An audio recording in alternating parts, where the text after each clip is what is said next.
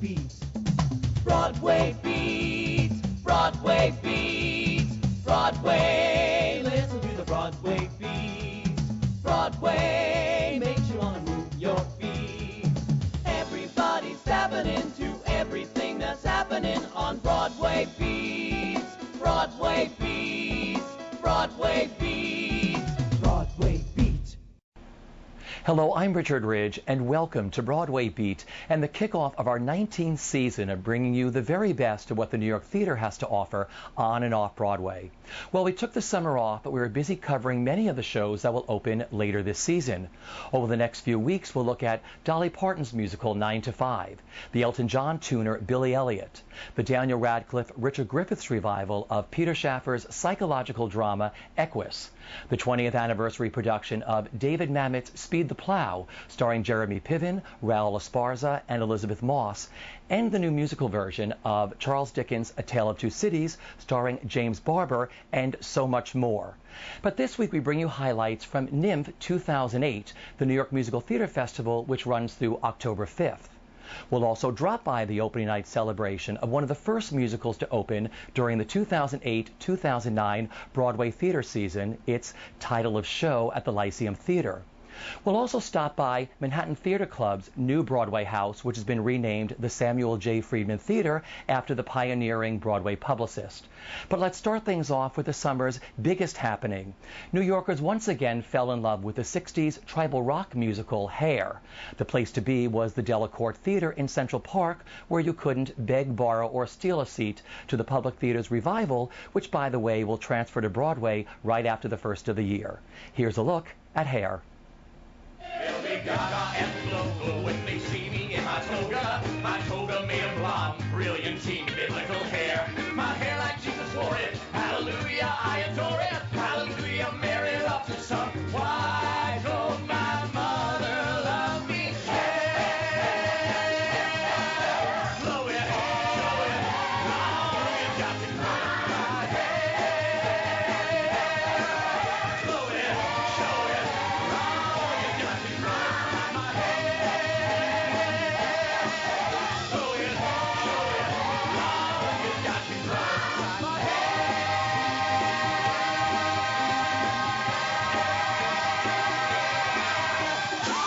I got good times, man. I got crazy ways, daughter. I got $1,000,000 charm, cousin.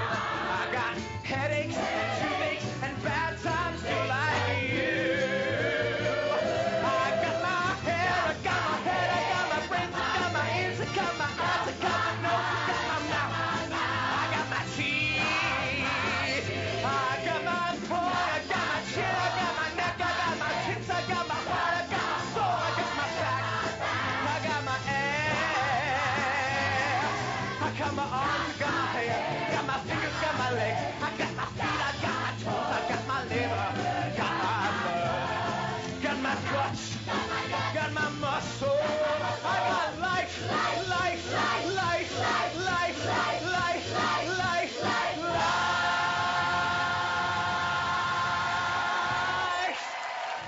I met a boy called Frank Mills on September 12th, right here in front of the Waverly.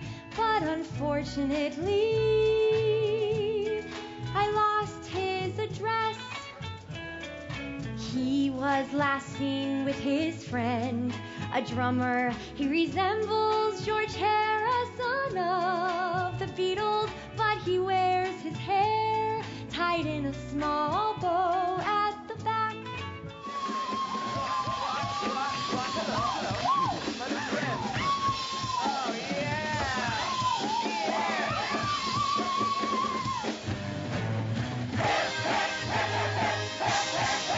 We've lived a lifetime in a country we could never call our own. For once We all must stand together, or we'll surely fall alone. look in the faces of your children, and you cannot turn away. Tomorrow's dawning, and can you see it? The world the way it ought to be. It won't won't be long until tomorrow is today. The time is upon us. We fight now or never. We're lighting a fire they'll remember forever.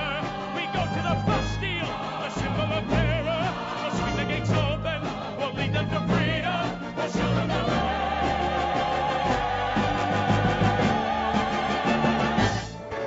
Years of wind was softly blowing, softly building to a force. Through years a storm was slowly growing. Now they cannot change the course. What if he can't be saved?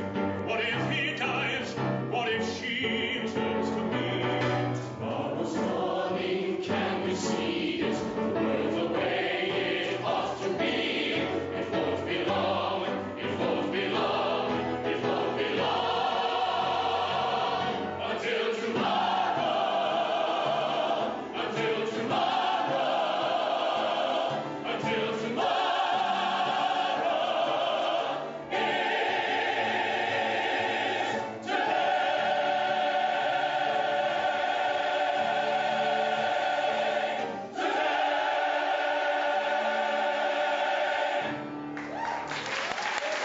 One of the first musicals to open the 2008-2009 Broadway theater season was Title of Show at the Lyceum Theater.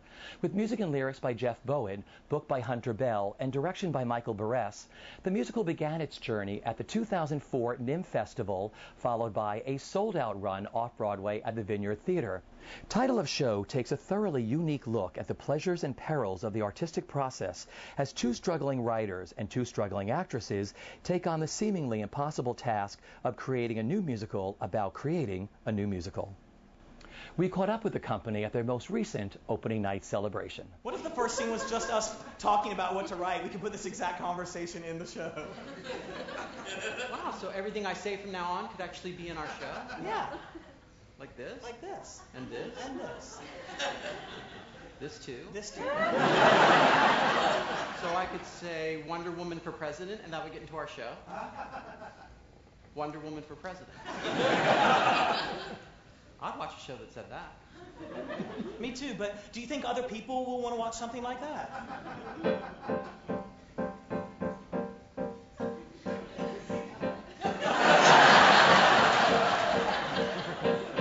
What if this dialogue were set to music? What if what we're saying could be said in a song? Hey, that's not a bad idea. Perhaps we could use it. Music in a musical, how can we go wrong?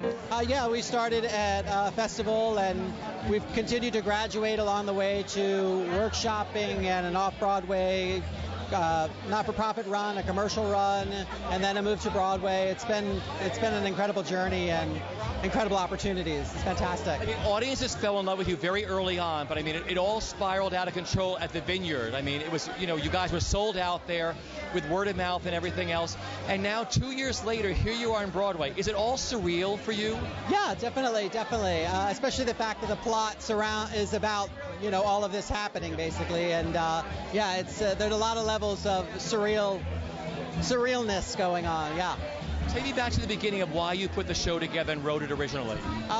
We wrote it originally just as a writing exercise. We wanted to get off our asses and do something, and we had a deadline for the festival, and so we decided to write for 3 weeks. And from putting ourselves out there, it continued to have more opportunities and more opportunities and more opportunities. So. It is truly unbelievable the way it kind of manifested. But I mean, it's not just like the last 4 years. I think all of us have been spinning this dream since we were kids. And to have it realized tonight is the most mind-blowing experience that we could have ever imagined for it. It's really amazing that it happened. The planets magically aligned, and we continued to add the right people to the mix. We were lucky that way. Very, very lucky. Why do you think audiences have fallen in love with this show? Honestly, and I've said this before that this sounds a little presumptuous, but I think they see themselves in the story. Because even if you're not a showbiz person, you know what it's like to have a dream. And you're watching us realize a dream and work hard for it, and the dream is not exactly what you expect, but it's still a dream coming true at the end of the play. And I think a lot of people are like, I have a dream, and so they identify. We could ask significant questions We could get important points across, like are we writing for art? And is art a springboard for fame? And will fame get us a paycheck? But will a paycheck mean that we're sellouts? And if we sell out, will they yell out me and you to nobody's New York? Key change! Maybe someday our show will get a theater, and if not this festival, then somewhere out west. TV actors in our show, what could be better? Sweeter. What? Sweeter. We've been over this a million times. You know the lyric is sweeter. But here's the deal. One of them sounds like it's 2 syllables, and the other sounds like it's 3 syllables. So it's like sweeter, theater. Does that rhyme? Yeah. Sorry, Larry. From the key change. 5, 6, 7, 8. Maybe someday our show will get a theater, and if not this festival, then somewhere out west. TV actors in our show, what could be sweeter? Honestly, I wanted to have a chance to say something more personal, professionally, artistically. I've been very, very blessed with my career. I've done a lot of work, and I'm very, very proud of most of it. But often, it wasn't really exactly what I wanted to say. And that's your job as an actor. And as a director, I had much more to say about the shape of the intent and of the overall impression. And I felt like we were saying something about our love of the theater. And it's so fantastic to be able to stand on a stage on Broadway and announce to the world that this is the greatest dream that we can think of.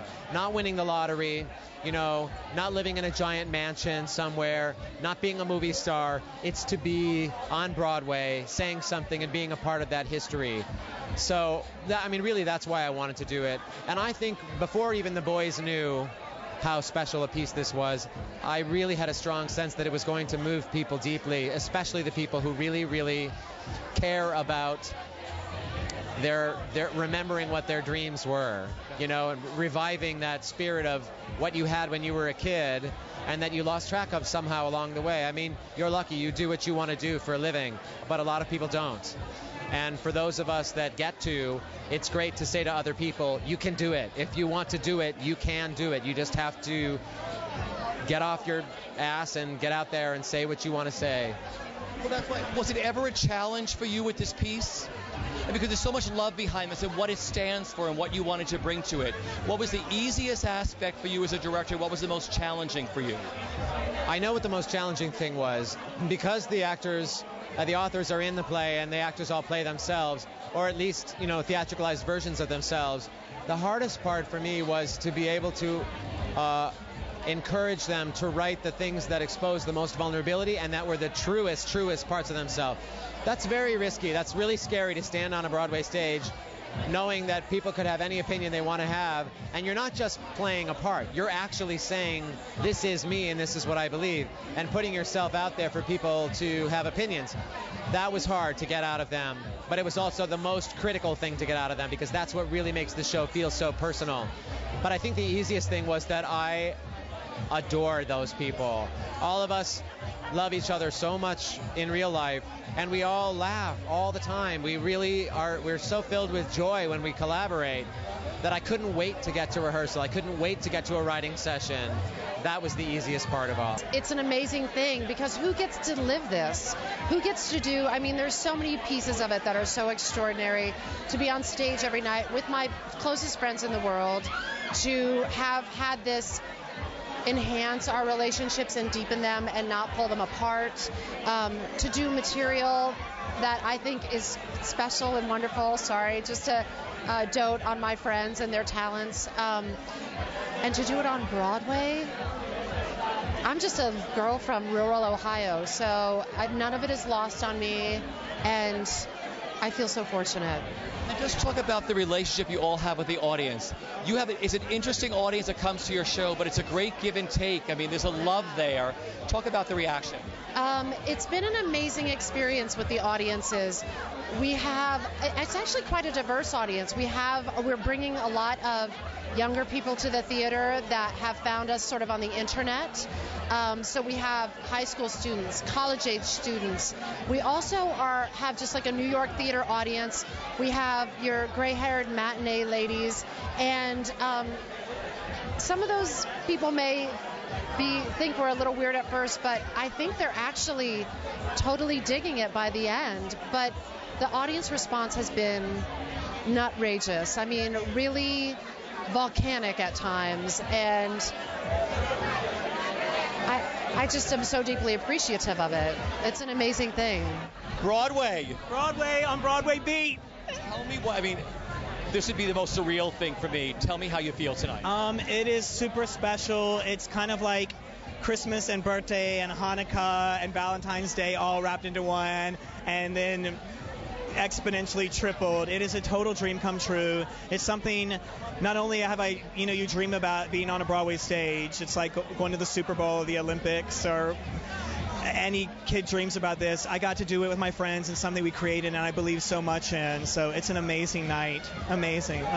Take me back to the beginning of why you originally wrote the piece and what you wanted to say. We wrote the piece, Jeff Bowen, the composer, lyricist, and I, kind of just, we love this art form so much, and we wanted to see something that sounded kind of like We Talked, and we love all kinds of different shows, but it interests us to just try something different. And it started with the inaugural year, 2004, the New York Music Theater Festival, went to that opera run at the Vineyard, and now we're here tonight at the Lyceum. So it was just, it's just so fun to be a part of the conversation, and it interests us for the journey to finish here on Broadway and have a big megaphone and just ask questions and share ideas and challenge people to think and maybe what is a Broadway musical. Yeah.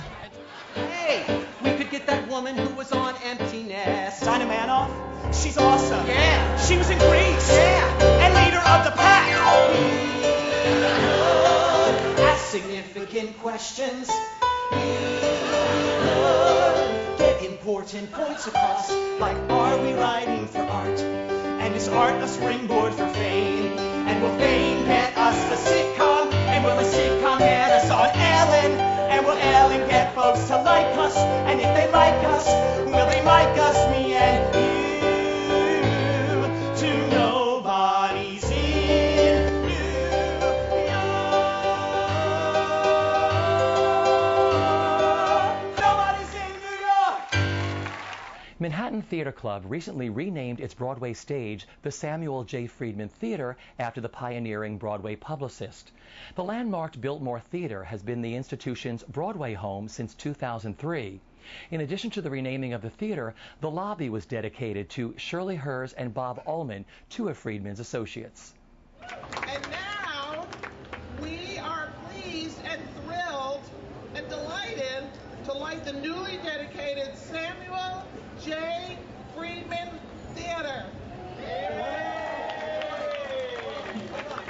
Okay, we want you all to be part of this with us. So, I'm the press agent for the new Friedman, and I'm very happy. Okay, so on 5, 5, 4, 3, 2, 1. Yeah!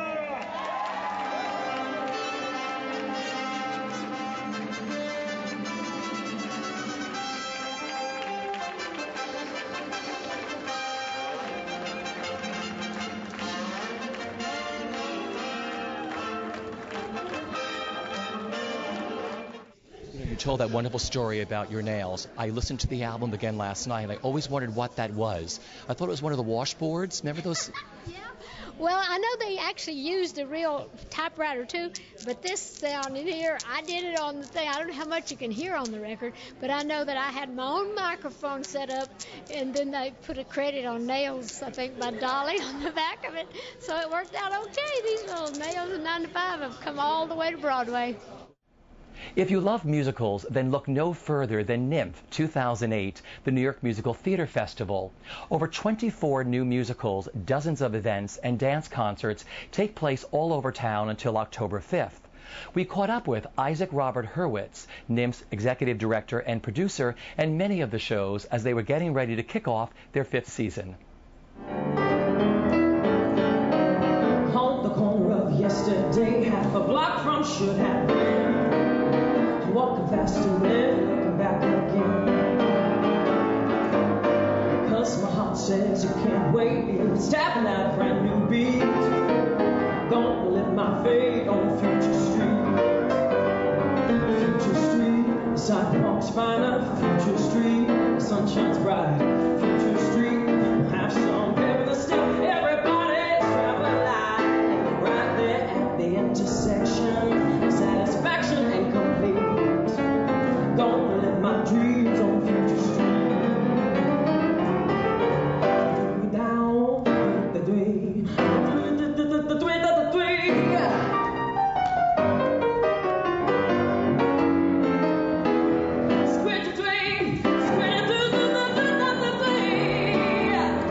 it's Play It Cool. It's a story set in 1953. It's in L.A.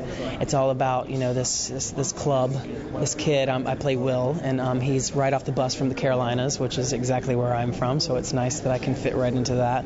And, he goes to Hollywood, and he's trying to make it big, and he's trying to find out who he is, and he gets involved with this group of people. Sally Mays, who is in the show, she plays this lady, Mary, who owns this club, and we walk in, and she's, trying to teach me all kinds of things, and she doesn't think that I have the chops, but then, as the story progresses, we get to know each other and make a bond, and she teaches me all about jazz and about how it is to use jazz to find yourself. Welcome home to normal anywhere. Take a look around and you are there. Every day and normal, it's recycle day. We don't hide our trash, it's on the curb and on display. That's normal when you're out the door. To one normal day, one normal day. This has been amazing because they're NYU writers, and so I've been doing this since for 2 years, and it's a Midsummer Night's Dream basically, and I'm the role of Hermia from the Shakespeare version, and it's wonderful. I mean, this cast is amazing. Katie Huffman is hilarious, and just everyone wants to work crazy hard, and it's just a blast. Every day rehearsal is just hilarious and so much fun. Well, we started as actors in Urinetown together. We were actors, and Hunter had written the book to Summer 42, and I had musical running. And we said, hey, we should write a show together.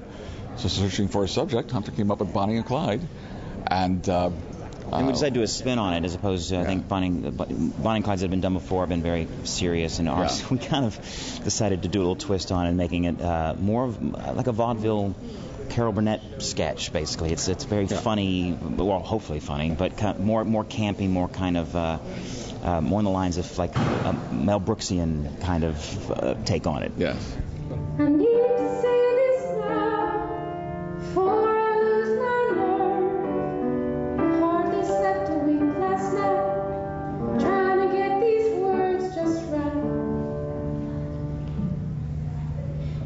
I blame you for this entire fiasco. What? I blame you for all this rotten luck. What are you talking about? If you had robbed the diner that day, I'd never have hunted you down that way and got tangled up with you, Blanche, Ray, and Buck. Well, shoulda, woulda, coulda. Did the worst a man can do. You made me sort of fall for you. That's unforgivable. And I blame you.